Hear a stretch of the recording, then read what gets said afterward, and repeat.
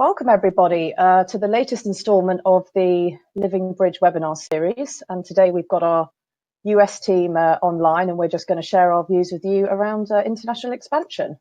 So just a couple of housekeeping issues before we get going. So the webinar should run for about 45 minutes, and hopefully that will give us some time at the end for some questions. If you can't hear us or you're having issues seeing the slides, if you just drop a message in the chat box, someone from our technical team will help you sort that out.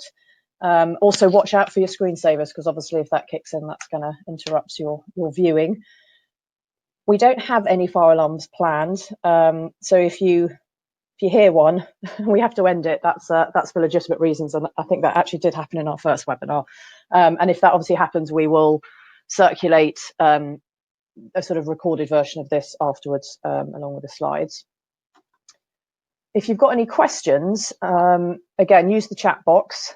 We're going to collate them and we'll answer them all at the end. So depending on timing, we may or may not get around to all of them. And obviously the ones that we don't, we will drop you an email afterwards with the answer.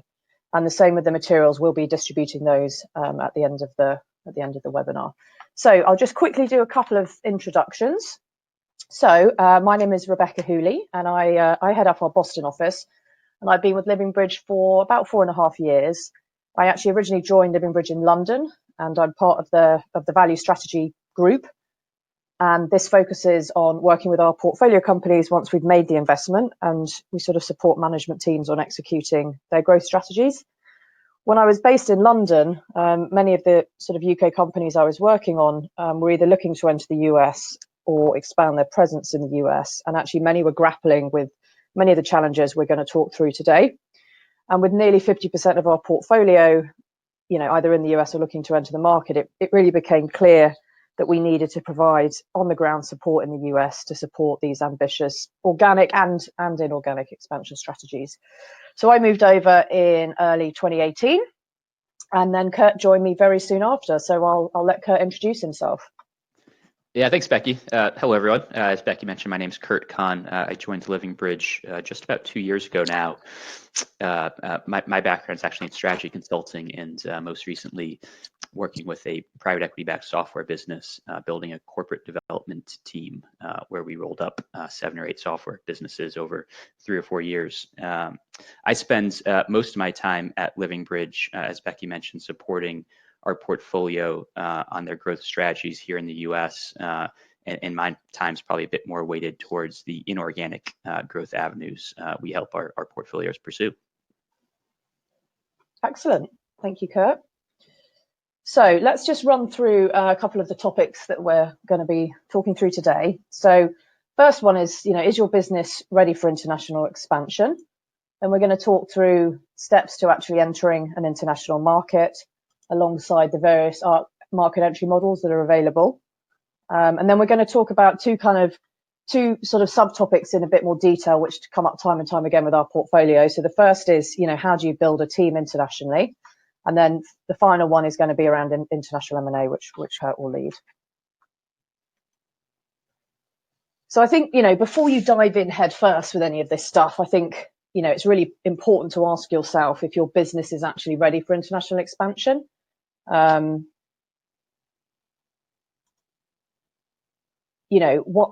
do you actually need to do this? Many businesses can invest loads of time, exploring this, and then realize actually that there's some lower hanging fruit for them to be going after closer to home.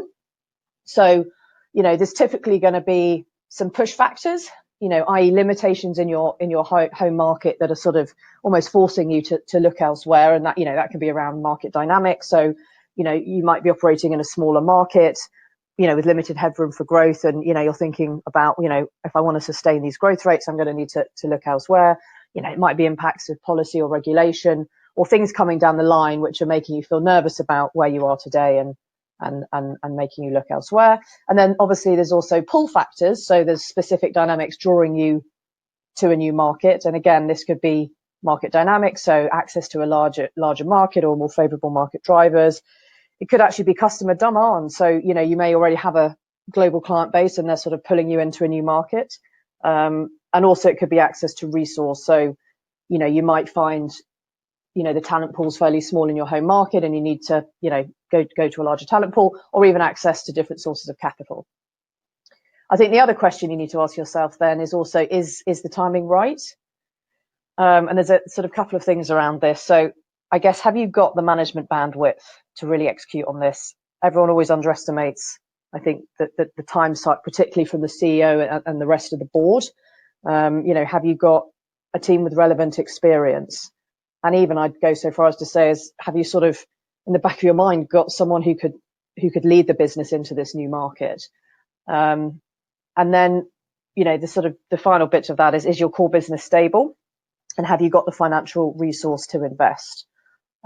Because I think, if the business isn't yet successful and resilient in the home market, then any international expansion is really going to add strain and can potentially put your business in a vulnerable position. So obviously you want to avoid that at all costs. So there are various steps to market entry, and we like to take a stepped approach, as this sort of, I guess, you're building up your sort of time commitment as you're building up your conviction around the opportunity, and hopefully avoids you sort of wasting time if at certain points you realize actually this isn't for you. So we start off with the rationale. So why on the surface does international expansion look attractive to you? And what you should do is form some hypotheses, which you'll then test in your next phase, which we call opportunity assessment. And here you'll sort of gather evidence to support or challenge the rationale. And basically you'll draw some conclusions which will inform the third stage, which is really the strategic planning. And then obviously once you've done that section, you've got to sort of figure out, the actual how am I going to execute that? And that's where you come up with your operational plan.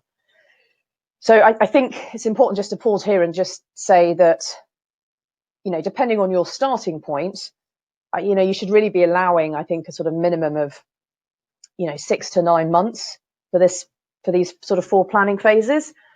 But if this is a bit of a standing start for you, then this can easily take well over 12 months, and sort of don't rush this phase, because it can come back to sort of hurt you in the future. So let's dig into each of these sections in a little bit more detail. So in strategic rationale, you're really assessing 2 things. So sort of on the surface, why is the chosen market attractive? And also, why will your business sort of win in this market? You shouldn't really be asking yourself these questions completely cold, as you'll likely have already spent some time in the market. And also there should be tons of intelligence sitting in your business. So, whether that's feedback from your sales team that that the customers are sort of asking, if you deliver this service in a specific market, whether your marketing team are noticing, a lot of inbound leads from a certain market.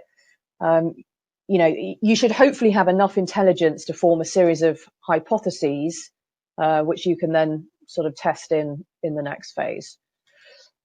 So the next phase, the opportunity assessment, and this is where you'll spend quite a bit of time. And in this phase, you're really gathering the evidence to support or challenge the rationale. And what you want to do is sort of get yourself to a go or no-go position. And you're looking at a sort of series of, I guess, market factors, so market drivers, competitive dynamics, assessing product market fit. And in all cases, you're really assessing if there's any difference to your home market. So anything that's sort of obviously standing out that's different. And if there are differences,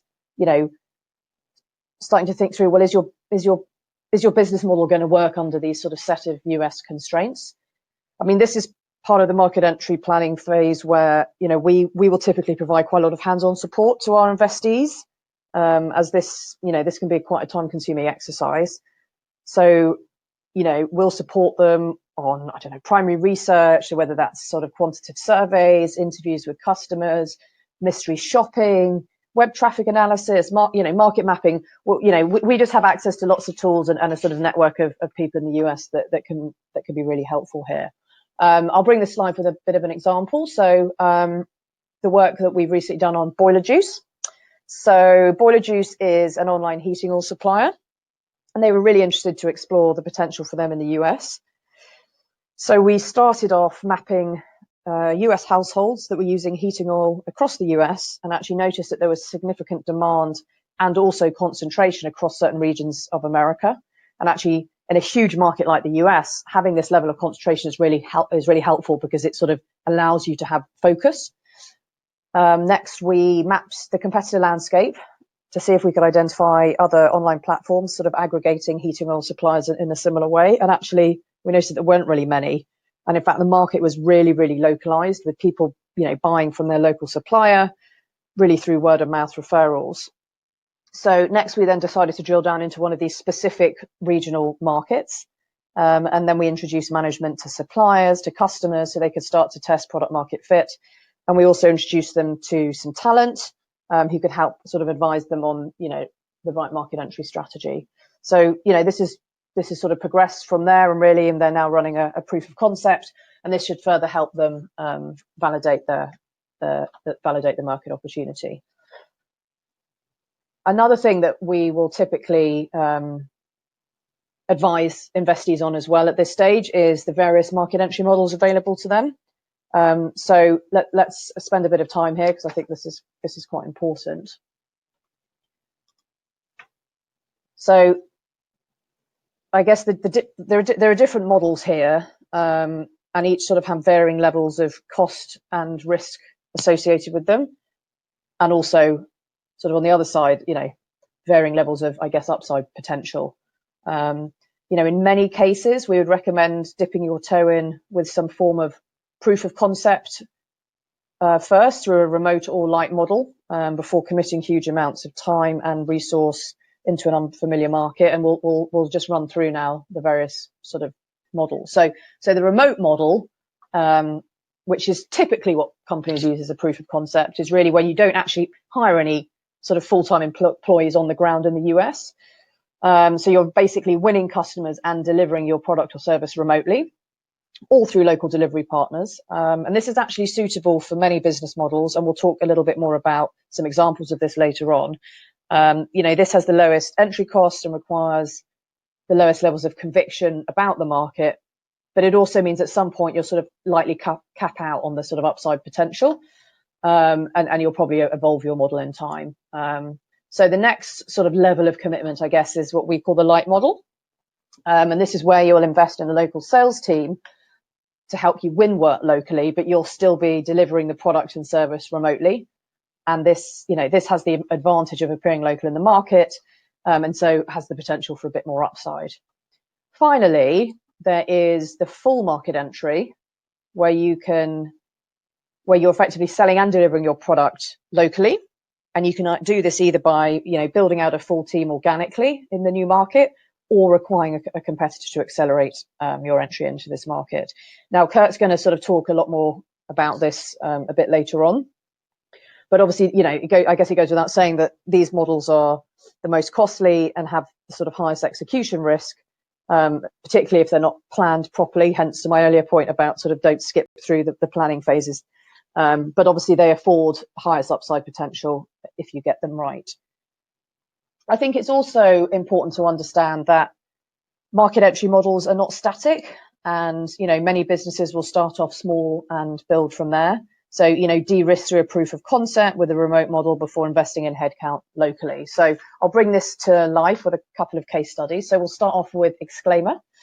So Exclaimer is one of our portfolio companies. It's a SaaS business, and it sells email signature software to SMBs all the way up to large enterprises. When we made the investment, about 70% of the business was actually global, so selling North America, Asia, across Europe, and they were delivering all of this through a remote model.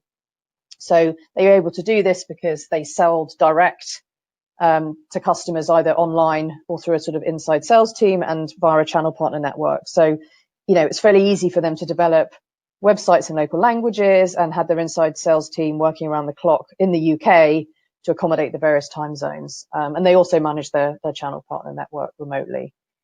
The nature of a SaaS product also means that delivering it remotely is not a problem, and technical support was based in the UK. So following our investment, management did some deeper work to really understand the potential for them in different markets, and identified there's just huge upside for them in the US. And really, in order to win larger deals and develop credibility in the market, and also, to better manage their partner network, they decided that it was the right time to build out a sales team in the US. So they identified that direct sales would be the sort of first area that they tackle. And they move one of their senior sales resource from the UK to act as the US office lead. And obviously, he brought with him deep understanding of the product and best practice with regards, the sales process. They opened an East Coast office, which is, just a lot easier for the time difference, particularly when you're, still relying on, your home market for delivery. They hired a direct sales team, and that team has delivered over 50% growth in their first year. And subsequently, they've hired someone with channel partner experience, and they're looking to build out this part of the business. So, this light model's worked really well for them. As again, the nature of a SaaS product means it can be installed remotely. But, product development, technical support, and the back office is still sitting in the UK. So another very different example is Officio. So Officio is a procurement consultancy. Now, this is a really different business model to Exclaimer, but it's a good example of how the remote model can work even in people businesses. So Officio sells procurement transformation projects to blue chip corporates, as well as large cap PE-backed businesses. So, if we just focus on the PE part of their business, PE funds are, often managing a global portfolio. So it's quite easy to sort of win work across the globe, but through UK-based relationships with UK funds. They've always had a very mobile consulting base, and so they were really able to deliver international projects via a sort of people on planes model. And as the work is delivered on a client site, they sort of didn't need to build out local infrastructure.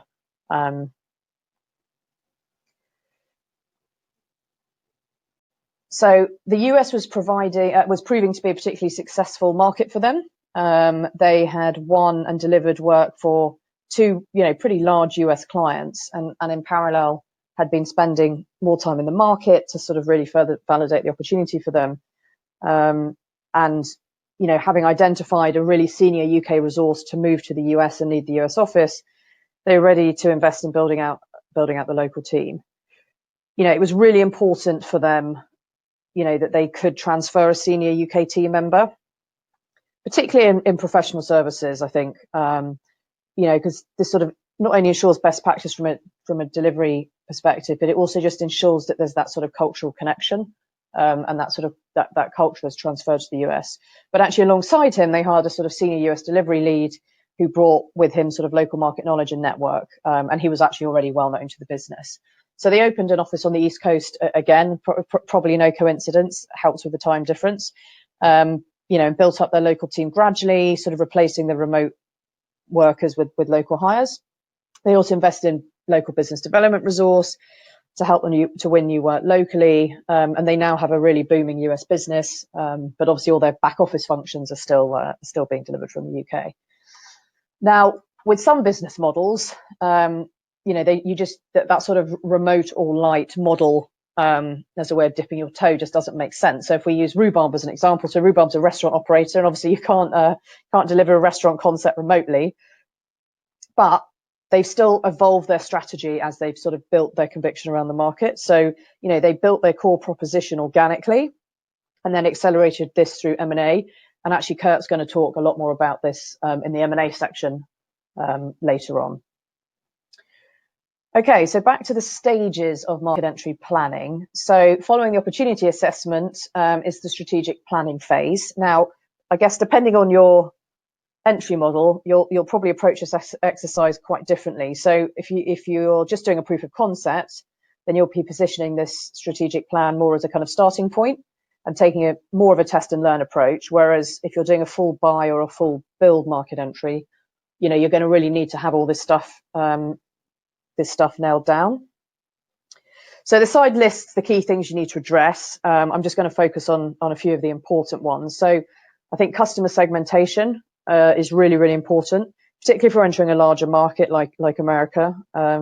Figuring out which vertical, region, and even which service or product you're going to lead with is key, and it avoids spreading yourself too thin, and this can be a real pitfall for businesses if they, like I said, moving into much bigger markets than they used to.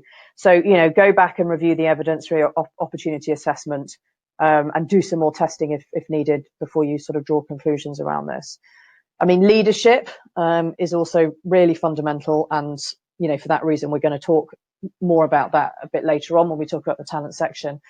And then finally, I think I just draw your attention to the sort of the financial model. So you're going to need a really robust, sensitized financial plan. Revenues will inevitably take far longer to ramp up than you think, and depending on your market, costs may be substantially higher. And this actually can be up to the point where they can undermine the viability of a company's business plan. So make sure you've built the headroom in. Otherwise, you also risk wasting a lot of time and money if you don't give yourself a sort of adequate financial runway to be able to actually execute on your plan. So final stage is the operational plan. So this is, the how. So how are you going to deliver this? And this sort of starts to impact a bit more of the business.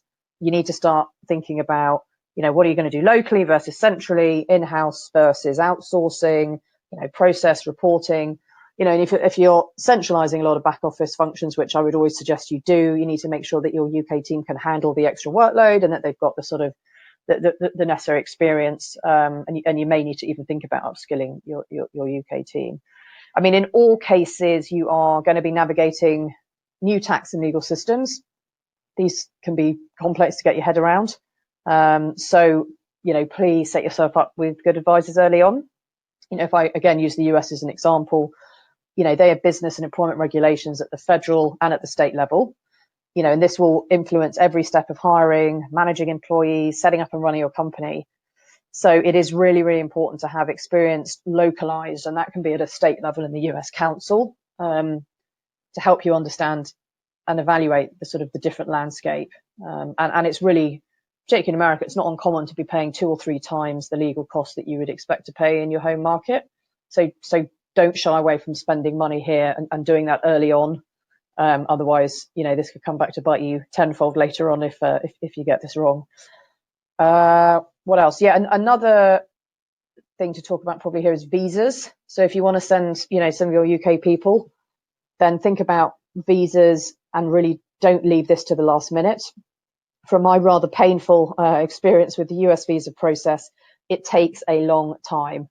And you may well need to think about contingencies. So please start this process early on, at least 6 months out, before you want to send anyone over. So, this is an area where, again, we'll spend quite a bit of time with management teams, helping them, sort of connecting them with the network of the right people to help them, and making sure that these advisors are sort of suited for their situation and for their budget and etc. So what's next? So how to build an international team. This is one of the biggest challenges you'll face when you're setting up. And again, we spend quite a bit of time with our investees helping them think this through. And I guess it's quite a make or break thing. So if you don't get this right, you can have done all the great planning and have the greatest market opportunity, but if you don't have the right people to execute, then you will sort of stall, I guess, at the first hurdle. So if we just break this down, so leadership, and really without exception, we would always recommend that you send someone trusted. So ideally someone from your sort of home office to seed and lead the new office. This should really be someone who's senior in your current team, but I suppose at a stretch, it could be someone that you've worked with before, who maybe has a track record doing this. I mean, this will increase your chances of success exponentially, and they'll provide that tether back to the mothership. They'll have the depth of understanding about your product and service, and ensure that cultural connection, which is often the bit is the hardest, and people don't really think about that. They sort of take it for granted. But if you don't have that, it can have real knock-on effects, particularly around hiring and retaining employees, if they feel like they're sort of adrift from the mothership. and if you need to pair them with a local hire who brings that local market knowledge and a black book, then obviously, that's absolutely fine. But I wouldn't compromise on that sort of that seeding with someone that you know. This hire's also or this person's quite a difficult one, because you need someone who's got that sort of hybrid of strategic and tactical kind of thinking. They need to think bigger picture about the market opportunity in the US, but also, they can't be afraid to roll their sleeves up and get stuck in, because, you're going to be operating on a lean team in all likelihood to begin with. You should also sort of think about your board. If this new market is going to end up, making up a material part of your business, then you should consider whether you need a strategic voice around your board table, sort of representing that market. As I think it's always a bit of a danger that your board is viewing everything through the lens of your home market, and actually that you may not optimize the opportunity overseas as a result. Again, you may not need this person on day one, and plenty of our portfolio companies don't. But just ask yourself the question, and it just means that when you're sort of out in the market, you'll start thinking about who that person might be, and it may take you a year or even two to find that talent, but just have it in the back of your mind. Now, sort of linked with talent, as far as I'm concerned, is location. And talent has to be one of the biggest considerations when picking where to locate your office. So both availability and cost of talent should be considered, particularly in talent constrained markets where a lack of good talent will end up being a major bottleneck to your growth. And be careful when you're looking at larger markets like the US. And if you can see this map clearly, it's a bit small. But actually, this map shows that there's just huge variations in talent costs, and also as a result, talent availability across different regions. So be really, really localized when you're thinking about this. You also need to put quite a lot of thought into what your employee value proposition will be. So really know the market. What are you up against? When you're trying to hire talent, why will people join you over the competition? And if you're in a tight labour market like you're on the US, and obviously at a regional level that can get even tighter, you just need to be really clear about that and just get your story nailed down. The reason people are going to join effectively your startup office in a new market is going to be really, really different to why people decide to join you in your home market, where you're much more established and you probably have a brand presence. Also, make sure your package makes sense and is sort of aligned with the story. So do lots of benchmarking, and not just the sort of the compensation levels, but the compensation structures. So, for example, you'll again, as this map shows, you'll have to pay quite significantly more in the US. But also the mix of base and bonus will be different. Your commission structures might need to look different. And also you need to think about how you want to use equity. And obviously the structures of these incentive plans will vary, and you won't just be able to sort of transfer what you've done in the UK, because they will in all likelihood not be tax efficient in the new market. And then the final thing here to talk about is recruitment. So to be honest, as with all of this, network's really, really important, and just being out in the market. So this helps you, I guess, test your employee value prop, but it also helps you calibrate what you're looking for. And, in an ideal world, I guess, the end goal, it may not be realistic, and it certainly doesn't always happen. It's to find a candidate who's sort of tried and tested through someone or through some, or them directly. Give yourself the time to calibrate what you want. Avoid sort of running a soft recruitment process and sort of testing and learning within that. Just try to do all that up front, because you'll just end up sort of giving confused messages to the market, and actually you'll just lose really good people along the way. So I would always recommend nail down what you want first, and then go out and start to actively hire. Also bear in mind that you will be selling yourself as much as you'll be assessing the quality of candidates when you're actually in the recruitment process. So make sure you've got engagement from the right people in your organization. Make sure that, the CEO is really involved, and other senior people are willing to just get on a plane and spend time supporting this activity. Because, inevitably people who join you are going to be taking a bit of a leap of faith, and they're just going to want to feel that, you know, the senior team is, you know, is sort of backing this, you know, from the mothership. So just now moving on to M&A. So this is another topic where, you know, we spend quite a lot of time supporting our investees, and Curly's going to dig into this in a little bit more detail. Yeah, thanks, Becky. So as Becky has laid out, we often work with our investees to consider both organic and inorganic growth strategies when considering international expansion. And in this, we weigh the pros and cons across things like cost and timing and risk and return on capital. Now, there are loads of reasons why you may determine an organic strategy may be best for your business. You know, this may include things like the cost required to execute an M&A strategy may not be feasible, or the expected return is higher on an organic strategy given the current price of acquisitions. Or simply an organic strategy may generate higher exit value given the premium applied to organic customer acquisition and growth. But with that said, there are certain situational and market drivers where we believe M&A to be a highly accretive growth avenue. So as you see on this slide, these drivers may include things like speed to market. So inherently, M&A accelerates your ability to grow and create value. Customer acquisition. So you may be looking to enter a new geography by acquiring a blue chip customer, or have a strategy where you can leverage a suite of synergistic products to execute a cross-sale strategy. Talent. So talent scarcity, particularly in highly skilled verticals like IT, is always a core driver in entering new markets.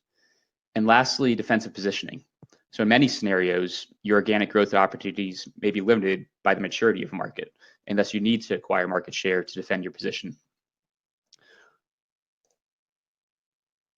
So once you do commit to international M&A, it certainly doesn't come without risk. At Livingbridge, we've built a fairly robust set of global capabilities to support our investees in markets across the world. Now, this primarily includes continental Europe, Australia, New Zealand, and here in North America, where Becky and I sit. Now, some of the key challenges and risks we see in these markets include things like sourcing. So sourcing locally is often nuanced in the tools you need to map these markets and the cultural approach to engage with these businesses. Culture integration. This is probably the most critical risk on the page, and the area we spend the most amount of time, certainly post-deal, and thinking about building a proper integration strategy to ensure the success of a deal. Incentive plans. So as Becky mentioned, it's highly unlikely that the local equity incentive structure you're using in your local market will be tax efficient in a different jurisdiction. So we've built a pretty robust playbook across different geographies with different options to incentivize local employees. And lastly, all the boring stuff around tax, legal, and accounting, which can completely derail an acquisition if it's not closely managed and structured. So let's quickly jump into two case studies here to bring this to life a bit. So in 2017, we partnered with Catalyst. And following the post-financial crisis and the ensuing regulatory change, Catalyst had positioned itself as a specialist financial consultancy. When we first invested, it was clear there was an opportunity to scale this business globally. So post-deal, our team here in Boston engaged with the team and began mapping the market for potential targets. We eventually identified Psionic, which is based in New Jersey and executes a similar delivery model, but on an international scale. So fast forward to the merger, which closed in April 2019, and this business, which is now rebranded as Psionic, grew to over 45 million in revenues, more than doubled its employee base, and expanded internationally to 9 offices. So a truly transformative deal that's now built for continued international expansion. So the next example here is a slightly different strategy. So Rhubarb, which is a premium food and beverage operator, had the ambition to organically enter the US.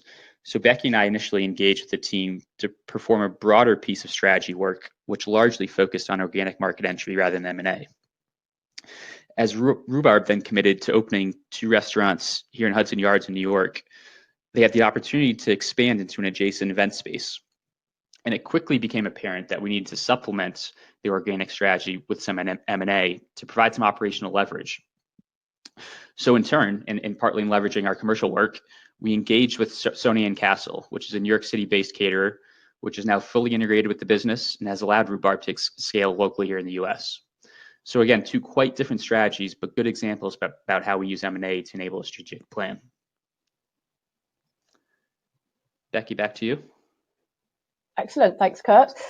So that sort of, I guess, draws the meat of the presentation to an end. So I'll just do a quick summary, I guess, of some of the key points that we've touched on.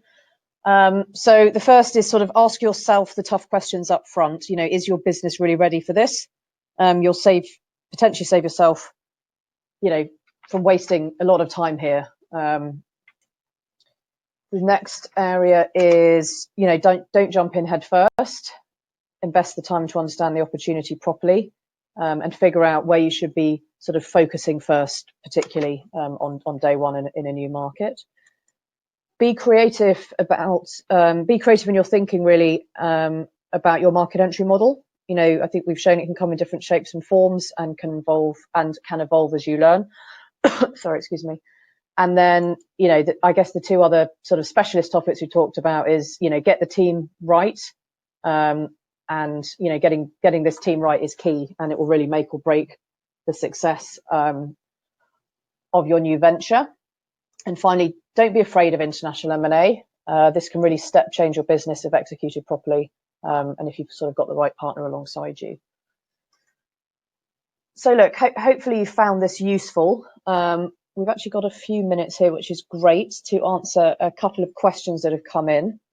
So let's start with this one. Okay, so what factors should I consider when thinking about where to set up my office in a new country?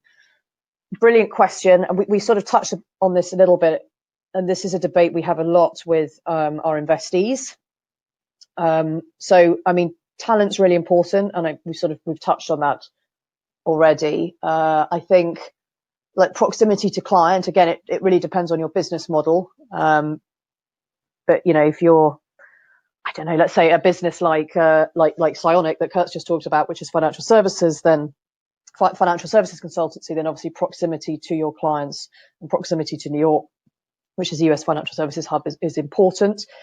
If your team is going to have to travel a lot, so whether that's to deliver engagements or to meet potential customers, so your sales team just being on the road a lot, you need to make sure you've got really, really good connections within your country, but also back to your home market. And this also really links for me around sort of time difference, just making sure that your business is going to be really connected, both from a transportation perspective, but also a time difference. So again, unless there's a really, really, really compelling reason not to, we would always sort of get our portfolio companies to just start thinking about the East Coast. You know, where would this make sense on the East Coast of the US? Because, you know, managing a 5-hour time difference is quite different from an 8-hour time difference.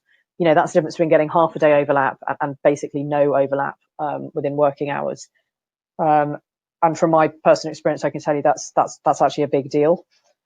And then obviously there's sort of all the tax and legal side of things. Again, I'll draw on the US as an example. Obviously, different states have different sort of tax rules and different incentives, and obviously different legal structures.